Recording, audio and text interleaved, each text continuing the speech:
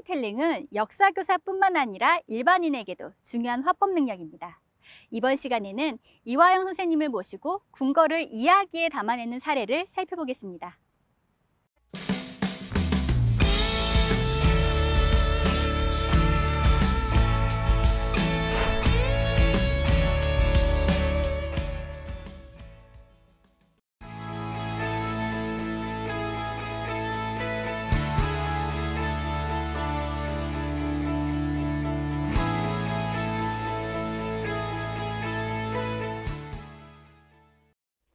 여러분 안녕하세요. 반갑습니다. 수일고등학교 역사교사 이화영입니다. 앞으로 저와 함께 2차 시에 걸쳐 문화유산 스토리텔링, 궁궐 이야기와 수원화성 이야기를 살펴보겠습니다. 먼저 궁궐 속 스토리텔링에 대해 살펴보도록 하겠습니다. 강의는 크게 4가지 흐름으로 진행됩니다. 먼저 문화유산 스토리텔링에 대해 살펴본 후 경복궁의 여러 정각과 곳곳에 숨겨진 이야기를 나누도록 하겠습니다. 마지막으로 궁궐 속 체험과 스토리텔링의 결합을 통한 소통의 사례를 나누도록 하겠습니다. 요새 어느 분야를 막론하고 스토리텔링이 갈수록 강조되고 있습니다. 그 중에서도 문화유산에서 스토리텔링이 더욱 강조되는 이유는 문화유산을 통해 당시의 사람들의 삶을 느껴보고자 하는 욕구가 더욱 커지고 있기 때문입니다. 앞으로는 제품 서비스를 구매하는 것보다 안에 담긴 이야기를 구매하고자 하는 욕구가 강해질 것이며, 이는 문화유산을 활용한 관광 산업에서도 중요한 요인으로 부각되고 있습니다. 문화유산과 관련된 변화는 건축물의 구조와 특징만을 이야기하던 삶의 이야기가 없는 예전과 달리 그 건물에서 어떤 사람들이 어떤 생각을 하며 어떻게 살아왔는가가 중요한 관심 분야가 되고 있습니다. 즉, 삶의 이야기를 듣고 싶은 것이지요. 서울에는 경복궁 외에도 총 4개의 궁궐이 더 있습니다. 경복궁을 중심으로 동쪽으로는 창덕궁과 창경궁, 서쪽으로는 경운궁과 경희궁이 있습니다. 5개의 궁궐 중에서 가장 많은 관람객이 찾는 곳이기도 하고 법궁이라 불리는 경복궁을 통해 조선시대 왕과 왕비, 그리고 수많은 궁궐의 사람들의 삶으로 들어가 보도록 하겠습니다. 경복궁은 태조 이성계 때 창건된 후 명종 때 큰 화재가 발생했습니다. 이후 선조 때 임진왜란으로 대부분의 정각이 소실되었지만 흥성대원군 때 다시 중건되었습니다. 그러나 1910년 일제에 의해 강제 병합된 후 35년간의 일제강점기를 거치며 경복궁은 크게 훼손되었습니다. 이후 끊임없는 발굴, 조사, 복원의 과정을 거쳐 지금에 이르고 있습니다. 눈을 부릅뜨고 궁궐을 지키고 있는 혜태가 너무 귀엽습니다. 혜태를 지나 경복궁의 정문인 광화문으로 들어가 봅니다. 이제 저와 함께 근정전, 사정전, 경회루, 교태전, 자경전, 향원정, 건정궁의 정각들 사이를 거닐며 그 속에 살아 숨쉬는 이야기들을 살짝 엿보도록 하겠습니다. 흥례문을 지나 영제교를 건너 근정문 앞에 섰습니다. 근정전으로 들어가기에 앞서 문의 왼편에는 기별청이라는 작은 정각이 보입니다. 기별청은 궁궐 내의 우체국 같은 곳입니다. 기별청에서는 기별지를 작성하여 지방에 보냈는데 각 지방 관청에서는 기별지를 기다리면서 기별이라는 의미가 다른 곳에 있는 사람에게 소식을 전한다는 의미로 사용하게 되었습니다.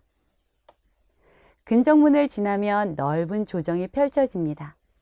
여기에서 국왕의 즉위식, 책봉식, 사신맞이, 과거 시험 같은 큼직큼직한 행사들이 열렸습니다. 조정 대신에 들어라 라는 말을 사극에서 많이 들어보셨죠? 이 조정에서 문무백관이 모여 행사에 참여하면서 모든 관리를 일컫는 말로 조정대신이라고 불리게 되었습니다. 뒤로 1월 오봉병이 펼쳐진 어자에 앉아 행사를 주관하는 국왕을 보호하기 위해 좌청룡, 우백호, 남주작, 북현무의 사신과 천장에는 황룡을 두었습니다. 그리고 자축, 인묘, 진사, 오미, 신유, 술해의 12지신 중 개와 돼지를 제외하고 각각의 위치에서 임금을 보호하고 있습니다. 조정의 양쪽으로 길게 늘어선 돌들이 보입니다. 품계석입니다. 근정전을 바라보고 오른쪽 품계석은 문신, 왼쪽은 무신의 자리입니다. 전체 조회나 나라의 큰 행사가 있을 때 대신들은 자기 품계에 해당하는 품계석 옆에 섰습니다. 조선은 정 1품부터 종 9품의 18품계로 이루어져 있습니다. 영의정을 비롯해 품계가 제일 높은 곳은 정 1품부터 임금과 가까운 곳에 섰습니다. 품계석 옆쪽으로 둥근 쇄골이가 보입니다. 조정에서 행사를 할 때 햇빛을 가리기 위해 차일을 쳤는데 그때 근정전 기둥의 고리와 함께 차일의 줄을 잡아매던 고리입니다. 그런데 조정 바닥이 좀 울퉁불퉁합니다. 돌을 매끄럽게 다듬어 놓으면 햇빛이 반사되어 눈이 부십니다. 그러면 근정전에 앉아있는 임금님은 눈을 찌푸리고 대신들을 내려다보게 됩니다. 게다가 대신들이 쉬는 가죽신은 바닥이 반들거려서 미끄러지기 쉬웠답니다. 그래서 햇빛을 난반사시키고 미끄럼을 방지하기 위해 바닥을 일정하게 울퉁불퉁하게 깎았던 것입니다. 근정전 회랑기둥의 주춧돌에는 천원지방 사상이 담겨 있습니다. 이는 하늘은 둥글고 땅은 네모나다는 생각을 반영한 것입니다. 그래서 근정전 안쪽에는 하늘을 의미하는 둥근 주춧돌이, 바깥쪽은 땅을 의미하는 네모난 주춧돌이 되어 있습니다. 이것은 경회로의 기둥에서도 볼 수 있습니다. 불귀신도 놀라 도망치게 만들었던 근정전 월대 위 드무입니다. 안에 물을 담아두어 불이 났을 때 사용할 수 있도록 하였던 소화기의 역할을 하였지요. 그 물에 비친 자신의 무서운 얼굴을 보고 불귀신도 도망갔다는 이야기가 전해진답니다. 임금님께서 진무를 보는 편전인 사정전의 정각 이름은 정도전이 지어 바친 것으로 임금님은 정치를 할 때 생각하고 또 생각하면 천하를 얻을 수 있지만 생각하지 않으면 천하를 잃게 되니 정치를 할 때 생각하고 또 생각하소서라고 충고한 것이죠. 이곳에서 세종은 백성을 사랑하는 마음으로 생각하고 또 생각하였습니다. 이러한 세종의 백성 사랑의 마음은 사정전 앞에 놓인 앙부일구에서도 알 수 있습니다. 앙부일구는 하늘을 쳐다보고 있는 솥 모양의 오목개시계로 사정적 동쪽 계단에 놓여 있습니다. 둥근의 시계는 당시 조선이 최초로 만들었답니다. 이 앙부일부는 시간뿐만 아니라 날짜를 알려주는 달력의 역할도 하고 있습니다. 가로선은 달력, 세로선은 시간을 알려주는 역할을 하였습니다. 세종은 이 앙부일구를 해정교와 종묘 남쪽 거리에 두어 백성들도 편안히 시간을 볼 수 있도록 하였습니다. 당시 시간은 임금님의 권위로 하늘의 뜻을 아는 것은 임금밖에 없다는 것을 강조하였습니다. 그러나 세종은 백성들의 편리함을 위해 저작거리에 두었던 것이지요. 이를 통해 세종의 백성 사랑의 마음을 엿볼 수 있습니다. 세종과 관련된 일화는 옛 집현전이 있던 곳인 수정전과 연회를 베푸는 곳인 경회로에서도 살펴볼 수 있습니다. 먼저 수정전으로 가보겠습니다. 수정전은 예전에 집현전이 있던 곳입니다. 신숙주가 집현전 학사로 근무하다가 깜빡 잠이 들었습니다. 세종은 잠든 신숙주 어깨에 용포를 덮어주었습니다. 잠에서 깬 신숙주가 세종에게 달려가니 세종은 앞으로도 더욱 황문에 정진하라고 선물로 주었다는 이야기가 전해집니다. 그럼 아름다움을 간직하고 있는 경회루로 가보겠습니다. 당시에도 경회루는 유구국의 사신이 조선에 가거든 꼭 경회루 연못의 연꽃 사이를 헤엄치고 있는 황룡을 보고 오라는 이야기가 전해질 정도로 아름다웠습니다. 구종직은 이런 아름다운 경회루를 보고 싶어 밤에 몰래 들어왔다가 세종과 마주치게 됩니다. 이때 세종은 구종직의 능력을 보고 파격 승진을 시켰습니다. 언제 어디서든 준비된 자가 기회를 얻는 법이지요. 그리고 그 능력을 알아보는 리더의 역할도 중요한 듯합니다.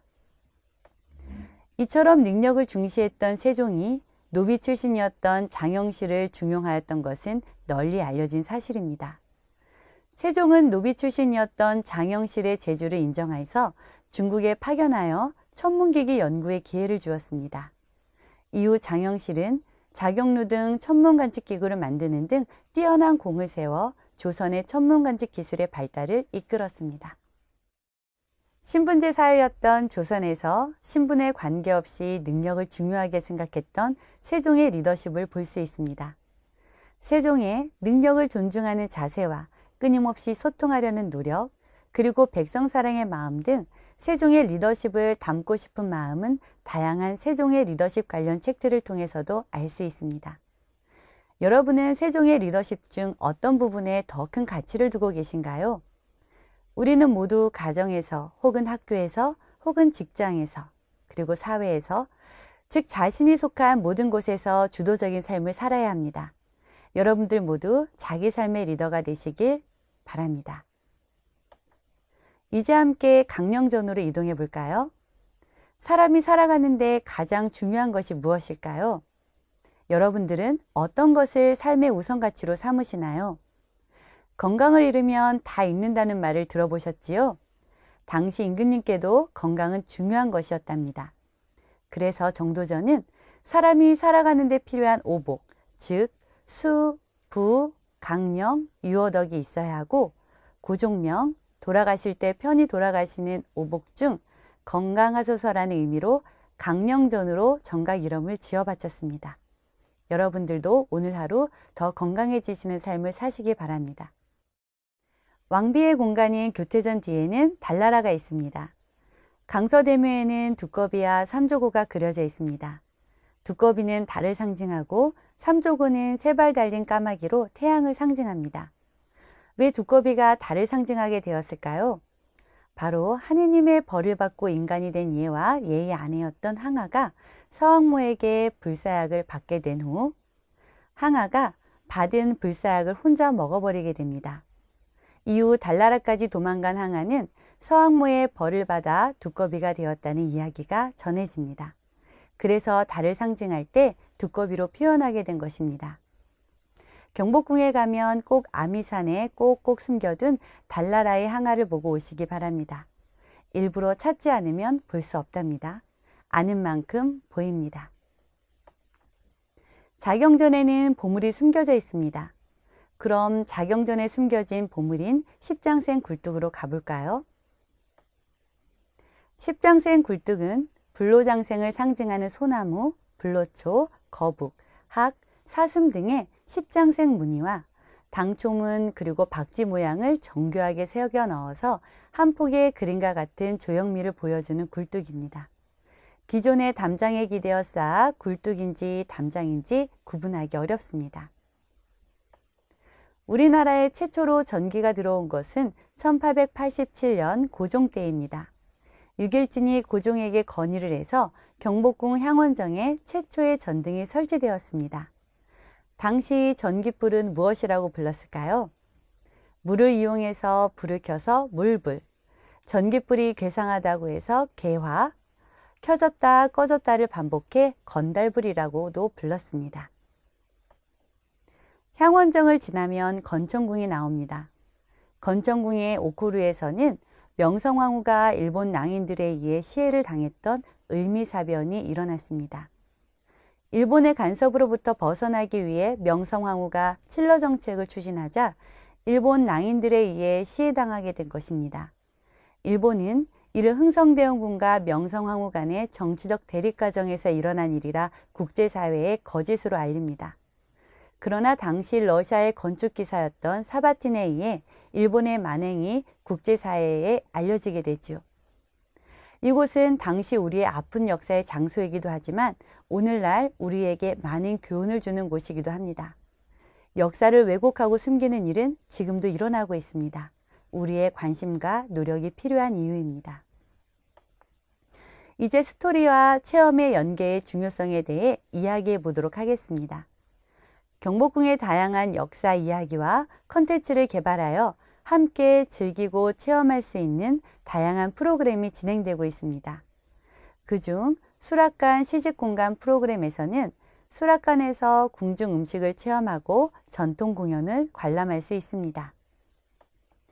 궁궐이라는 장소를 문화공연을 함께 할 수 있는 장소로의 변화를 꾀하기도 합니다.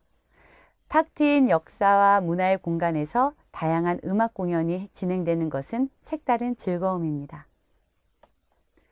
조선시대 수문장은 경복궁의 정문인 광화문, 사대문인 흥인지문, 숭례문 등 도성과 궁궐의 문을 지키는 책임자였습니다. 이러한 수문장과 관련하여 다양한 재현 행사가 이루어지고 있습니다. 수문장 교대의식, 광화문 파수의식, 수문궁 공개훈련 외에도 수문장 임명의식, 궁궐 호위군, 사열의식 첩종 행사 등 다양한 재현을 통해 살아있는 과거를 느낄 수 있도록 하고 있습니다.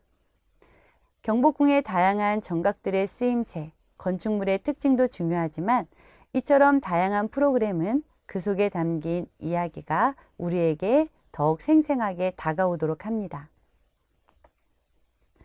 경복궁, 그 속에 담긴 더 많은 재미있는 이야기는 직접 경복궁을 함께 거닐며 알아보는 것은 어떨까요? 이상으로 문화유산 스토리텔링 궁궐 이야기를 마치도록 하겠습니다. 다음 차시에는 화성 속에 담긴 이야기들을 함께 나눠보도록 하겠습니다. 감사합니다.